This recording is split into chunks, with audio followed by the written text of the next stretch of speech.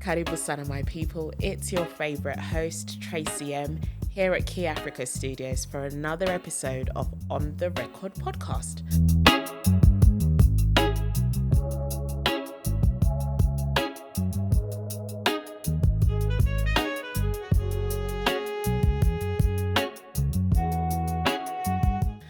Now, I want to start off by apologising for the lack of videos for the past 2 weeks. We were having some construction work taking place, and at the same time, Kenya got me bad because I had a cold.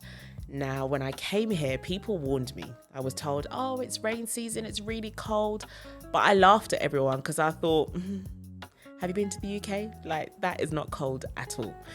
But of course, God had to humble me nicely. And so I have been coughing, I have been sneezing, I have been blowing my nose for the past week or so. And I still do have a bit of a scratchy throat. So do forgive me if you hear me just adjusting myself. Now, I thought it would be ideal for me to introduce myself. I feel as though I love the concept of speaking to other people, but I think I can still do that with you guys on the screen. Ideally, it would be great for you to get to know a little bit more about me. Who am I? Why am I here? What am I doing? The honest answer is I don't know. I don't know what I'm doing, but we are going to go on this journey together. Okay. So as I've said before, my name is Tracy M. I am from the UK, originally born in Zimbabwe, but I moved to the UK when I was 8 years old. So I'm now 33. I have spent 20 plus years in the UK. Is that 20 plus? My maths, something along those lines. And so I would be considered British. However, I beg to differ because, yes, considered British, but I'm not English. I'm clearly very, very African. I grew up in the UK, in a village. I lived in Essex. Essex is I wouldn't say predominantly white area, not so much anymore because a lot of people have started moving out there. But when I was there, I was one of three black families within my local school. So I was the only one in year 8, which is Form 1. I was the only one in year 8. There was somebody else in year 9, shout out Paida. And then there was my geography teacher, Mr. Amondi. He was Kenyan. And that was the 3 of us in the whole school, which has over 900 maybe, I think, students. 3 black people in total. Now, this was a culture shock for me because I was living in London before, and London is known for its diversity. It's known for multicultures. And so when I moved to Essex, I now had to climatize myself to tell who's who. Because for me, Amy looked like Becky. Becky looked like Charlotte. I don't know who's who. You all coming up to me going, hi, nice to meet you. And you just look the same. And then it took not too long, but I then got the concept of blonde hair, blue eyes.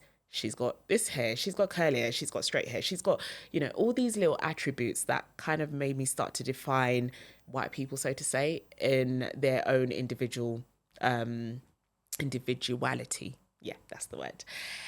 So that was me growing up in Essex. As I've recounted on here, there were a few cases of racism, but nothing too extreme because I was none the wiser. I didn't take it to heart. That's not the way I'm built personally. I just get on with life and we keep it moving. I won't let you know that it's affected me. However, the people around me knew the effect it would have, so they just heighten things up.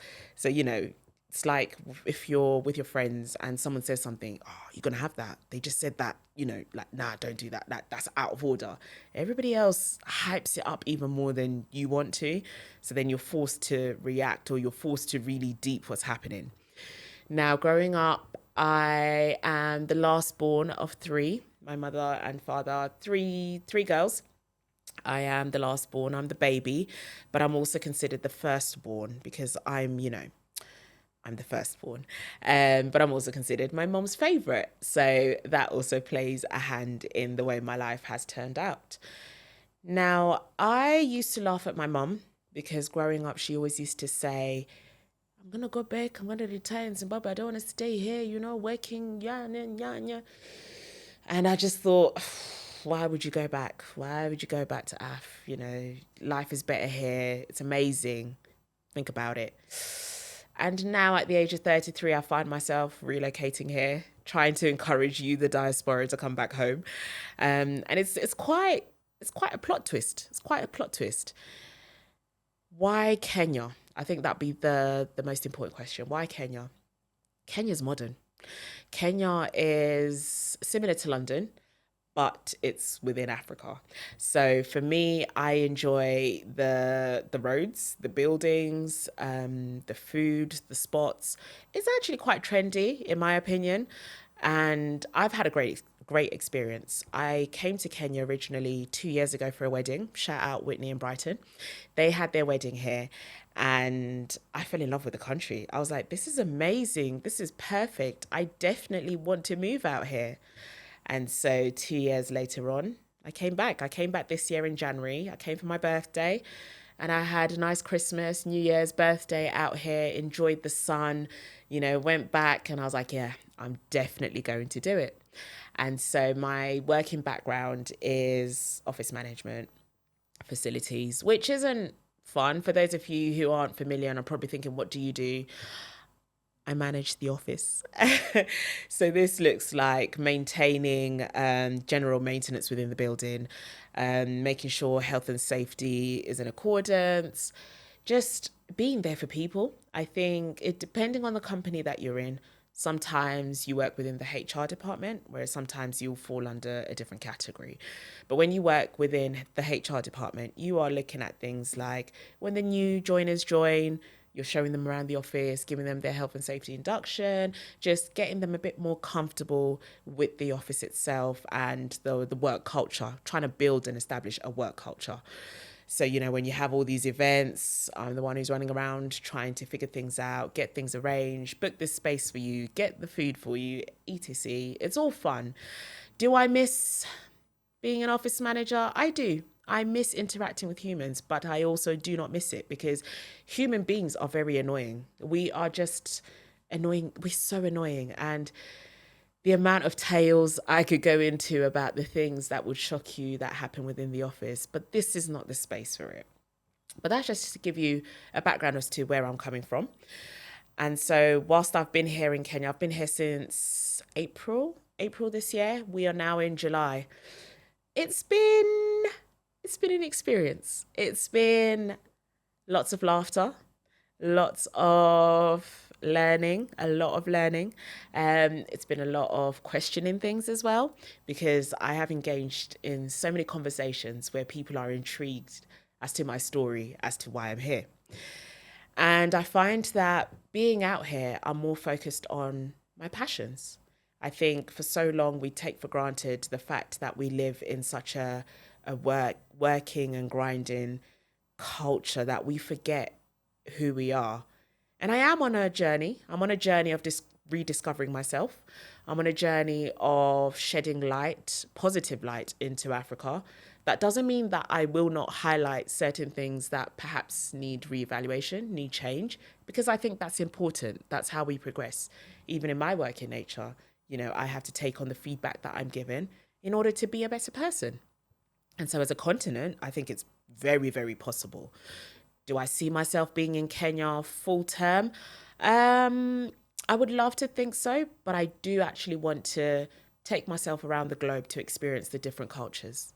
So after this, I think for me, it would be still staying within East. I think maybe Uganda is next on my list. I want to experience life over there, and then hop around and see what comes from it. So if there are any people who want to sponsor me to come over to your country, please do. Because, that's what I'm here for. I'm here to just bring some sort of awareness, to bring some light and positivity into the greatness that is Africa. Now, I have engaged in so many, many, many funny moments here. And I think with this podcast, the idea is to highlight, it's to give you guys some insight, because I think where we are within the West, we are so distracted, we are so focused on the money, and we don't realize that there's a lot more to gain with being back at home. For me, I found that I have a much better sense of peace. My well-being is overall much better. I have great nutrition because the food is natural. It doesn't have all these preservatives that stay for months and months and months. No, food is fresh. So it will die within a few days because it's fresh food. I've also found that I am a lot happier. And I know people will say, it's not about where you are, you need to be happy within. Yeah, okay, yeah, we're all happy within, but your environment makes a huge difference on the outcome of your life. And I'm finding that now. Of course, there are many challenges that I'm facing. However, I would have to say that being here has been one of the best decisions that I've made. I think it's allowed me to be even more confident, much better than I was before. And it's allowed me to appreciate the smaller things in life. I appreciate time. I appreciate being able to cook. I appreciate being able to have fresh meals regularly instead of doing my meal preps. I appreciate sleeping a full 8 hours. I appreciate the peace and quiet that is within.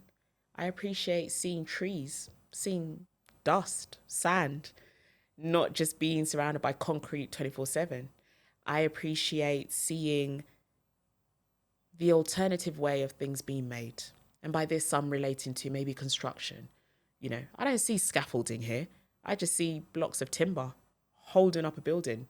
And for me, I'm like, wow, which is very cliche. But in essence, we have our own way of doing things that works for us.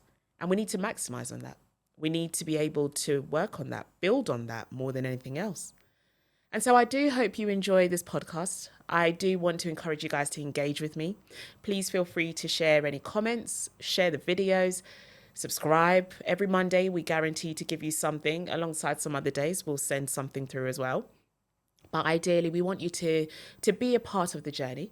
We want you to continue helping us learn more, helping us highlight more great stories, and overall just make Africa great again.